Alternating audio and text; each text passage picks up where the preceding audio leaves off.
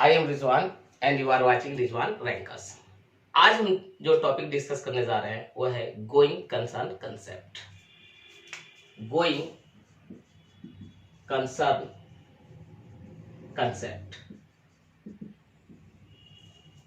It is one of the fundamental accounting concepts. यानी ये 3 fundamental accounting concept में से एक ये भी है, गोइंग कंसर्न कंसेप्ट। इस कंसेप्ट के अनुसार ये मान लिया जाता है कि एक बिजनेस एंटिटी अपने ऑपरेशंस को नियर फ्यूचर में कंटिन्यू रखेगा, यानी उसके बिजनेस को लिक्विडेट यानी क्लोज नहीं किया जाएगा। This is an assumption under this concept. According to this concept, a business entity is assumed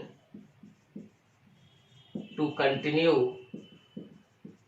its operations in the foreseeable future। यानी इस कंसेप्ट के अनुसार a business entity is assume to continue its operation in the foreseeable future. ये माना जाता है कि एक बिजनेस एंटिटी अपने ऑपरेशंस को नियर फ्यूचर में कंटिन्यू रखेगा, यानी अपने बिजनेस को लिक्विडेट नहीं करेगा, क्लोज नहीं करेगा, बंद नहीं करेगा। In fact it is an assumption that a business entity will continue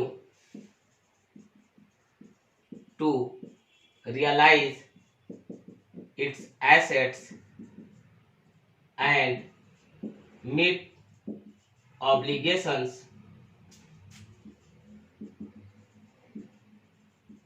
in the ordinary course of operations। It is an assumption that a business entity will continue to realize its assets and meets obligation in the ordinary course of operations। यानी एक ऐसा assumption है जिसमें ये मान लिया जाता है कि एक बिजनेस एंटिटी अपने एसेट्स को रियलाइज करते रहेगा और अपने ऑब्लिगेशंस को मीट करते रहेगा in the ordinary course of operation, in the ordinary course of business. This concept is vital to the running of an entity and its stakeholder. यानी ये कंसेप्ट किसी एंटिटी के रनिंग के लिए बहुत ही वाइटल है और साथ साथ उसके स्टेक होल्डर्स के लिए भी ये काफी ही क्रूशल है और वाइटल है। This concept reflects the stability of a firm. यानी इस कंसेप्ट से किसी फर्म की स्टेबिलिटी झलकती है, यानी ये लगता है कि ये फर्म स्टेबल है। और साथ साथ it reflects the ability of a entity to raise capital from the market. यही कंसेप्ट एंटिटी को ये ताकत देता है कि वो मार्केट से कैपिटल को रेज कर सके। अब इस कंसेप्ट का क्या इंप्लीकेशंस है, यानी अकाउंटेंट के वर्क को ये कैसे इन्फ्लुएंस करता है, आइए उसको हम लोग डिस्कस करते हैं।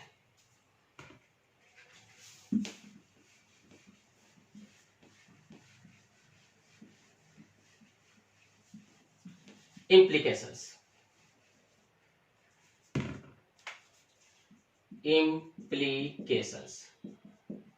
इसके क्या क्या implications है।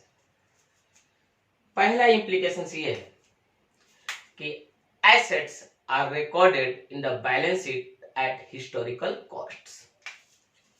assets are recorded in the balance sheet at historical costs, not at market value। यानी यही इसी कंसेप्ट का ये कंसिक्वेंस है कि एसेट्स को बैलेंस शीट में हिस्टोरिकल कॉस्ट पर रिकॉर्ड किया जाता है। Number 2, assets are classified as fixed assets and current assets. यानी इसी कंसेप्ट के कारण एसेट को 2 ग्रुप में बांटा गया, फिक्स एसेट और करंट एसेट। मतलब अगर गोइंग कंसर्न कंसेप्ट नहीं होता तो all assets would be treated as current assets, यानी फिक्स एसेट नाम का कोई चीज नहीं होता। फिक्स एसेट क्या होता है? वो एसेट जिसको बिजनेस यूज करता है लंबे समय के लिए और उससे बेनिफिट ड्राइव करता है। यानी बिजनेस अपने नॉर्मल एक्टिविटीज में, नॉर्मल कोर्स में लंबे समय तक जिस तरह के एसेट को यूज करता है, they are called fix assets. और जिस एसेट को in ordinary course of business cash में कन्वर्ट करता है, उस तरह के एसेट को करंट एसेट कहते हैं। तो फिक्स एसेट और करंट एसेट ये दोनों कंसेप्ट अराइज हुए because of going concern concept. Third, liabilities are classified as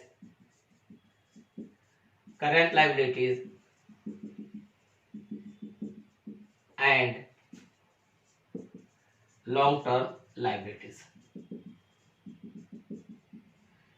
यानी लाइबिलिटीज को भी दो ग्रुप में बांट दिया गया, दो कैटेगरी में, current liabilities and long term liabilities.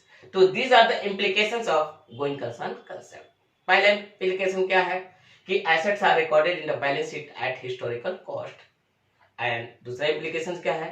Assets are classified as fix asset and current assets.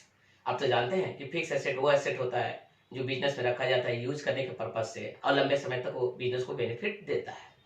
Current asset वो एसेट होता है, they are held for getting converted into cash in the ordinary course of business. तो asset दो category में बट गया, fix asset और कौन asset? Current asset, because of going concern concept. Third, liabilities are classified as current liabilities and long term liabilities. Liability को भी दो ग्रुप में बांट दिया गया, करंट लायबिलिटीज और लॉन्ग टर्म लायबिलिटीज। आप तो जानते हैं कि करंट लायबिलिटीज वो होता है those are payable within 1 year, long term liabilities वो होता है those are payable after 1 year. तो these are the implications of the concept of going concern concept. तो जैसा कि मैंने बताया कि going concern concept is one of the 3 fundamental accounting concepts, and this concept is vital to the running of an entity and its stakeholder because it reflects the stability of the firm entity and of course the ability of the entity to raise capital from the market। ये concept बहुत simple है। ये कहता है कि a business entity is assumed to continue its operations in the foreseeable future, यानी for the foreseeable future एक business entity अपने operations को लंबे समय तक कंटिन्यू रखेगा, यानी the management will not be forced to close the business of the entity। ये assumption है इस कंसेप्ट का। तो आई होप ये कंसेप्ट आपको समझ में आया होगा और आपसे प्लीज रिक्वेस्ट करते हैं कि मेरे चैनल को सब्सक्राइब करें, लाइक करें और शेयर करें। Thank you.